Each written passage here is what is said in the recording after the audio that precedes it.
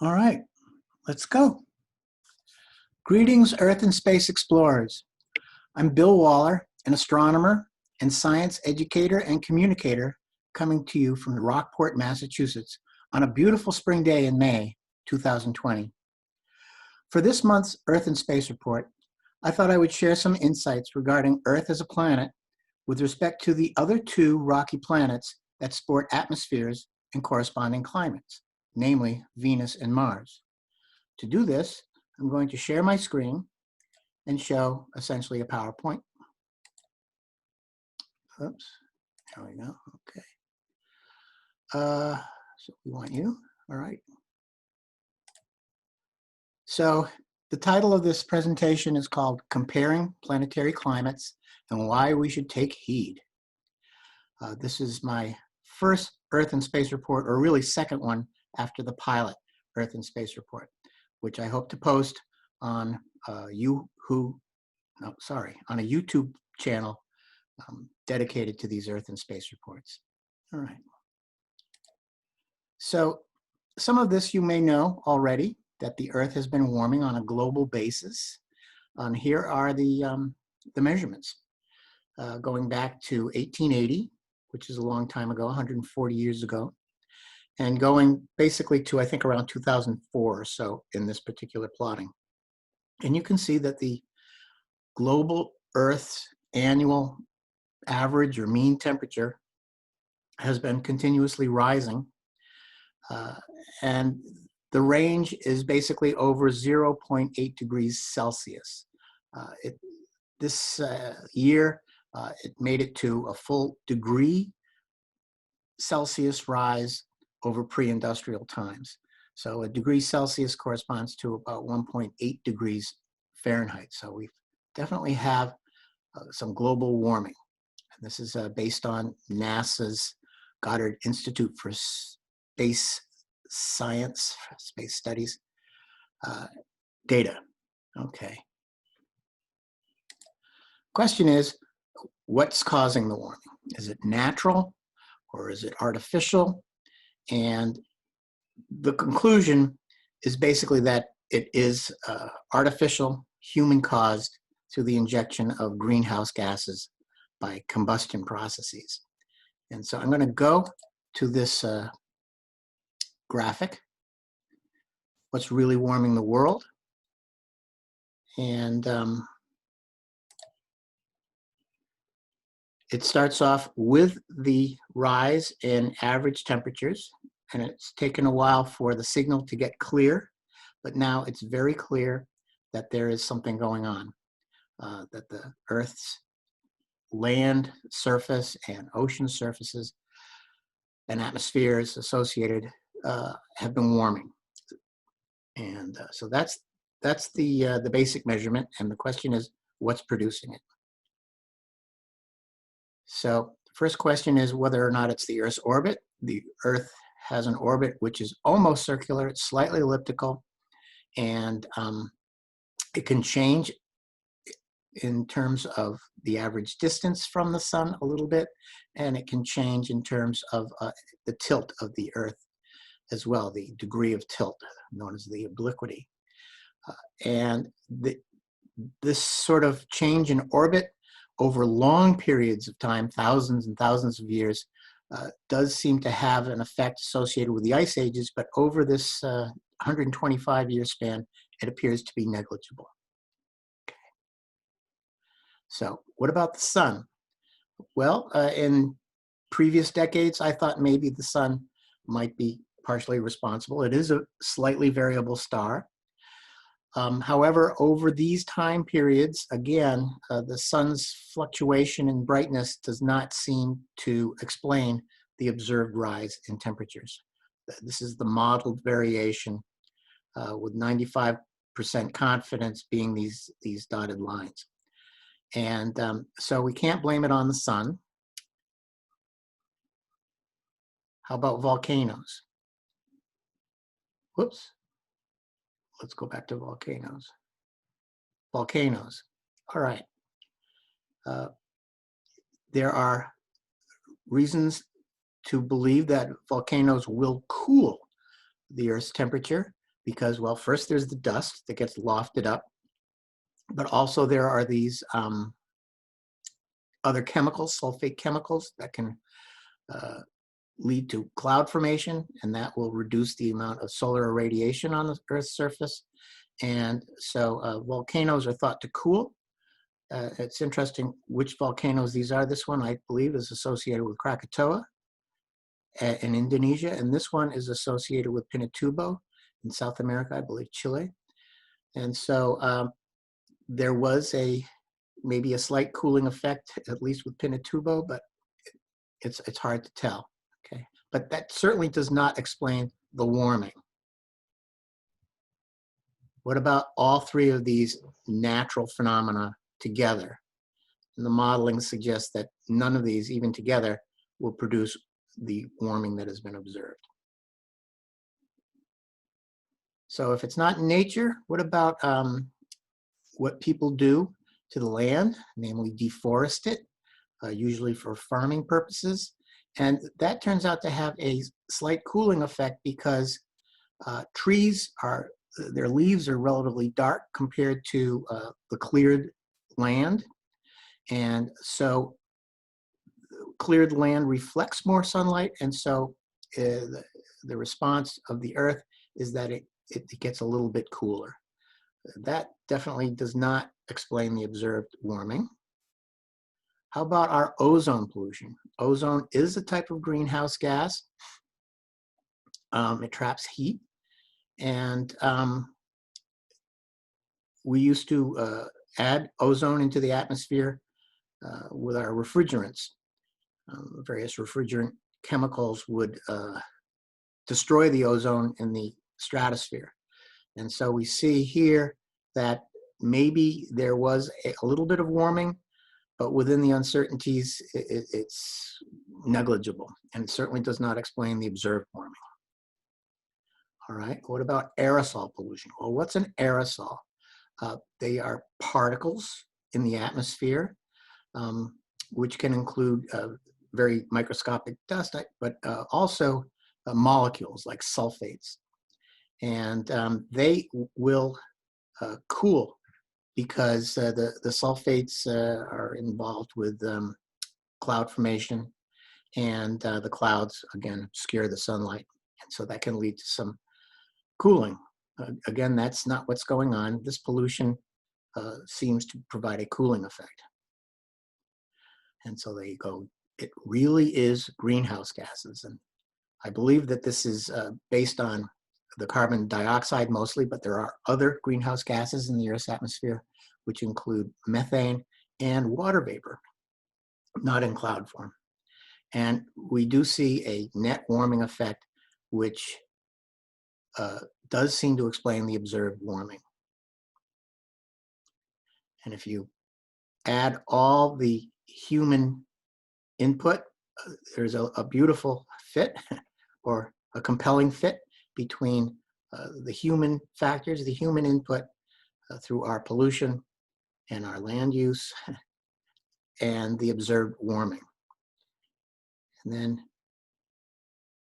if you compare and contrast, here you have all the factors, both natural and artificial. And again, there's a fairly compelling case to be made that what we see here going on for the past 120, 140 years has been a global warming due to pollution by greenhouse gases, pollution of greenhouse gases into the atmosphere, most notably carbon dioxide, which has a long residence time in the atmosphere, around 100 years. Okay, I believe that's it. The rest is what this is all based on. It's based on NASA data and models generated from it. And then, of course, this was kindly put together by the Bloomberg folk. Okay, that's all I want to say about that. And so let's move on to the comparison. Now we've seen a little bit of what's going on Earth, what's going on in Venus and Mars. These are two planets that both have atmospheres to greater or lesser degree, and both of those atmospheres turn out to be dominated by carbon dioxide. hence the worth of comparing these planets and their greenhouse responses. Okay, so we have basically 3 experiments going on simultaneously. Going back to Earth, this is what is producing the greenhouse gas warming, or the warming by greenhouse gases, and it's places in the spectrum where the gases absorb light. In this case, it's infrared light that has been re-radiated by the Earth's surface. So the Earth's surface gets warm, it re-radiates in the infrared, it's heat radiation, and these gases absorb that light or that heat radiation at particular wavelengths. In the near infrared, for example, this is methane, and you can see it absorbing at around 2.4 microns and also 7.7 microns for methane. Ozone has an absorption above around 9.6 microns. And here's carbon dioxide, which absorbs at around 2.7 microns and 4.3 microns in the near infrared, but it has a whopping absorption in the mid-infrared at 15 microns. It really blocks the re-radiation of the Earth's surface from escaping the Earth. And so that stuff gets used to heat the Earth. Okay. Water is also an important greenhouse gas. Let us not forget. That's in water vapor form, not in cloud form, because clouds actually obscure the sun, and so they have a net cooling effect. Okay. Here's a comparison of the planets, basically with respect to the carbon dioxide, in the mid-infrared. And so here, Venus has this incredibly strong absorption at 15 microns, as does Earth. But Earth also has these other absorptions of ozone and water in the mid-infrared. And then Mars has a surprisingly strong absorption at 15 microns due to the carbon dioxide in its atmosphere. The atmosphere of Mars is incredibly tenuous, very thin, but it's almost all carbon dioxide. So it ends up having a net greenhouse gas warming effect. So let's look at Venus first. What you're seeing are the cloud tops made of sulfuric acid. Oh, the joy. So the sun, a lot of the sun does get blocked, but some of it makes it through the surface and warms the surface. And once it gets re-radiated, the CO2 just completely traps that infrared radiation, which causes Venus to be the hottest planet surface in the solar system. So here's some basic info. It's about the same size as Earth, so it has a similar surface gravity. If you were on the bottom or on the surface of Venus and you dropped something, it would fall at the same rate. The big difference is it has a huge amount of atmosphere. It basically has 93 times more atmosphere. The pressure is 93 times greater than the Earth's pressure at the surface. It would be like being at the bottom of the Earth's ocean. The pressure is so great. It's enough to crush a car if you had the windows closed and the doors closed. And almost all of this atmosphere is comprised of carbon dioxide, 98%. Now, in the absence of an atmosphere, Venus would be warm. It's closer to the sun than the Earth, and so it would get warmer. It would be around 80 degrees to 100 degrees Fahrenheit. But instead, because of this atmosphere, its surface temperature is 890 degrees Fahrenheit. So tremendous greenhouse effect, hot enough to melt lead on the surface and vaporize sulfur. Yikes. Earth is a far more modest affair. The greenhouse gases are basically trace amounts. Most of the Earth's atmosphere is 78% diatomic nitrogen, followed by 21% diatomic oxygen. And then you have the trace amounts of carbon dioxide, CO2, methane, CH4, nitrous oxide, nitrogen oxide, N2O, and H2O, or water vapor. Okay, so those are the trace gases, but those are the ones that produce the greenhouse warming. And for Earth, these gases combined produce a 14% effect as measured from 254 Kelvin in the absence of an atmosphere to 289 Kelvin with this atmosphere. So that has been enough to keep Earth's oceans in liquid form rather than frozen over for most of Earth's history, which is a 4.6 billion year old history. So that's the story with Earth. Mars is a little more intriguing. It's half the size of Earth, and so it's approximately an eighth the mass. And as a result, its surface gravity, the acceleration of gravity at the surface, is almost a third that of Earth. Its surface pressure, the atmosphere, there isn't much there. It's 1/157th that of Earth. Very thin atmosphere, but what little atmosphere it has is 97% carbon dioxide by mass. And so that's 27 times more carbon dioxide overlying this surface, overlying each square meter of its surface than we have on Earth. And that produces a scant 4% warming as measured compared to what it would have without an atmosphere. Okay. So here's a little bit of technical stuff. You can just take a break for this, but basically, it seems that this CO2 does make a difference.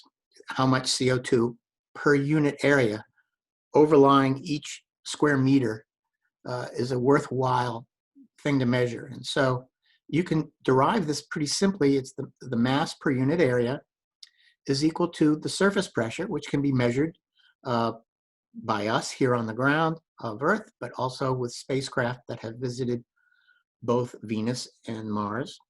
You can measure the pressure, and you divide that by the acceleration of gravity, and that has been measured as well by using spacecraft.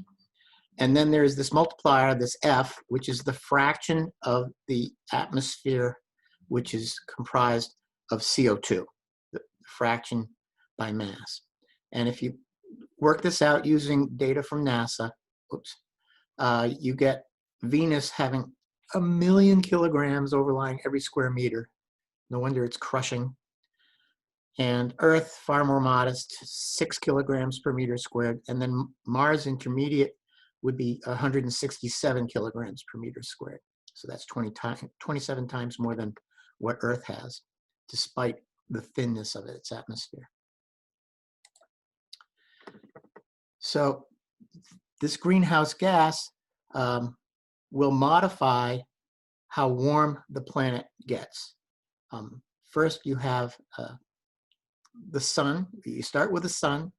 The sun produces a flux at the distance of the planet, and that is equal to the luminosity of the sun. That would be in watts, for example, and it's a lot of watts. And then you divide by this dilution factor, which happens to be the area of a shell at the distance of the planet, 4 pi d squared. And that'll give you the watts per square meter that is irradiating the planet. Now the planet will respond. Some of that radiation will get reflected according to the reflectivity, which is called the albedo. And so you take that F solar and you multiply by 1 minus the reflectivity. You want the amount that's absorbed by the planetary surface. And once absorbed, the planet will heat up to some temperature, which is simply equal to this constant times the temperature to the 4th power. So one can actually solve for the temperature based on what the sun is doing at the planet and how the planet is reflecting or not reflecting the sun's light. Okay, so this is basic physics that can be taught in high school. All right. So the result is that without an atmosphere, Venus would be fairly clement. Would be around room temperature, a little warmer than room temperature, maybe up as high as around 100 degrees on average Fahrenheit. Um, Not awful. You'd have to wear a spacesuit because there'd be no atmosphere. But that's what is predicted based on the estimates for the reflectivity of the material making up the surface of Venus. And but in truth, the temperature is much, much higher. It's 450 degrees Celsius higher, or 810 degrees Fahrenheit higher. It's a lot higher. And so the percentile warming in kelvins is 150%. Okay, so Venus is definitely the poster child for global warming. Earth is a more modest affair. Its temperature would be below freezing, minus 19 degrees Celsius or minus 2.2 degrees Fahrenheit on average. But the temperature causes it to be a little bit greater than that. So on average, it's just barely above freezing. And the amount that one would get is around 13.8%. Okay. So that's Earth, about a 14% effect. And that's what's kept Earth from freezing over for most of its lifetime. Mars, right, this is 35 degrees Celsius. So this is above freezing, yeah. Oh, sorry. Mars is without an atmosphere, it's very cold on average. And with its atmosphere, we see basically an increase in temperature, which is still below freezing, I believe. But that leads to about a 4% warming that we see, okay?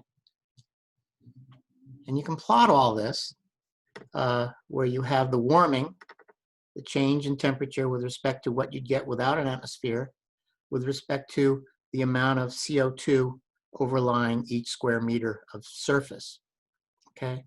And so let's begin with Earth. Earth is a 14% effect. It's the warming is around 14%. And you see that is due to carbon dioxide, but also the water vapor and the methane and maybe the nitrogen oxide as well. Those are the other greenhouse gases. And it turns out that the CO2 is only about a 40% effect of this overall. And so that brings down the warming to about 6%. Okay, so that's CO2 only. Now Mars has only a 4% warming as estimated, but you have to remember that Mars is a fairly dusty atmosphere, and so that is obscuring the sunlight, and so the surface is not getting irradiated as much as it would otherwise. And so if you took out that dust effect and just considered the CO2 by itself, it would get up to just short of 10%, maybe 9% warming. All right. Then there's Venus. Okay. If you considered the reflectivity of Venus's cloud tops, you would get a very high amount of warming, about 200%. But if you consider just the reflectivity of the surface itself, to determine how warm Venus would be without an atmosphere, then you end up getting a lower 150%. And there does seem to be a relationship. I wish I had more planets with carbon dioxide atmospheres, with atmospheres containing carbon dioxide, but alas, I don't have any that I know of in the solar system, certainly. There is Titan, which has a significant atmosphere. It's nitrogenic atmosphere, and maybe some of those nitrogen molecules have greenhouse effects. But here I wanted to just focus on the CO2 and see whether we could get a relationship. And there does seem to be a relationship whose fit in this log, this is powers of 10 here versus powers of 10 here. And you end up getting a power law where the the warming goes as the amount of CO2 to the 0.28 power. And so that's basically the effect that I found. There seems to be, yes, it's CO2 which drives warming. And so here are the conclusions, that there's CO2 concentrations in all 3 planets, and they are responsible for warming all 3 planets. It doesn't go the other way around. Greater temperature produces greater amounts of CO2. It's basically one where the CO2 concentration is driving the warming. I believe this planetary comparison puts the kibosh on the reverse thinking. Okay, Venus is the poster child for this sort of warming. It's 150% warmer than it would be without its thick atmosphere of carbon dioxide. Yikes indeed.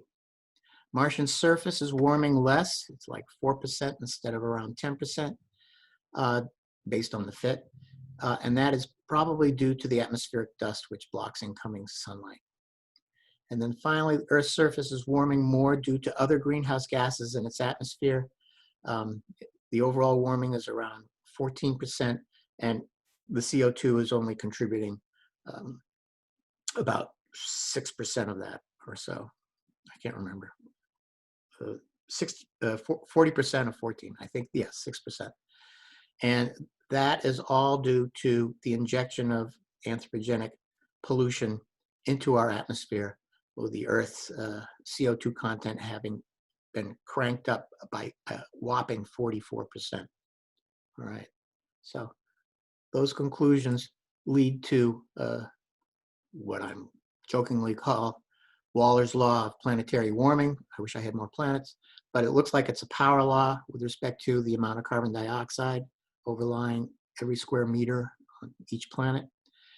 And if you looked at just the last 150 years, the amount of warming, that 1 degree Celsius warming, that leads to a percentile warming over what was there before of 0.35%. And that is consistent with this relationship. If you up the CO2 by this amount, you would get warming that would exceed what we had by about 0.35 to 0.5%.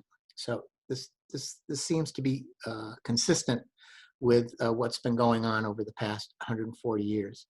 So bottom line, we have to take heed. We have to recognize that global warming by greenhouse gases is an interplanetary affair. It's something not unique to Earth. It's shared, and the relations suggest that the more CO2, the more warming. And so if we are to keep our warming below 1.5 to 2 degrees Celsius, then we're going to have to really double down on reducing our atmospheric CO2 content. And you can do it 2 ways.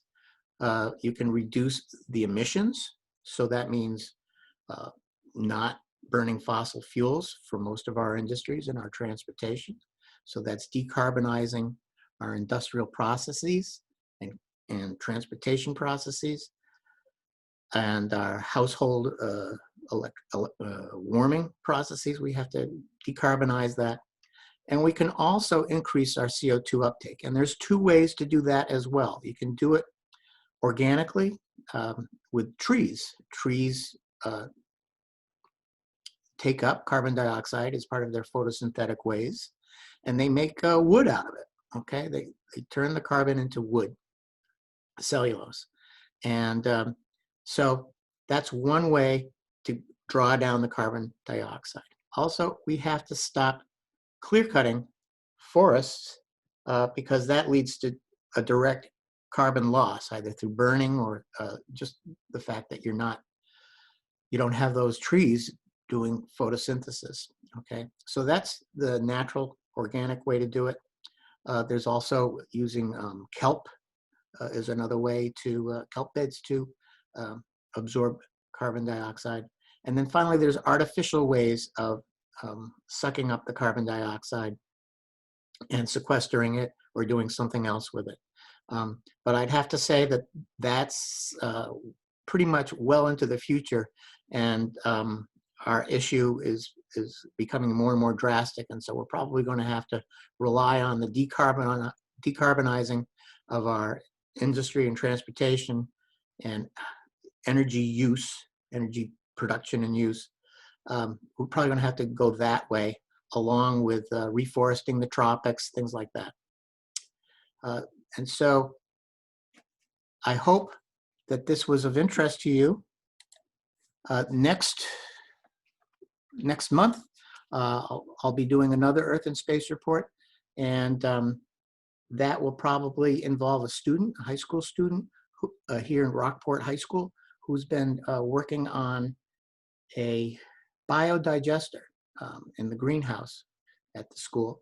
And I'll interview her, and then she'll show some slides describing what this very earth-based system does, and what it can be used for, biodigester. Okay, and then probably June 21st, I'll do another Earth and Space report that has to do with what's going on Earth and on space during the solstice, the winter solstice in the northern hemisphere, and the southern, and the summer solstice in the northern hemisphere, and the winter solstice in the southern hemisphere. Okay, so that's it for now. Thank you so much. Bye.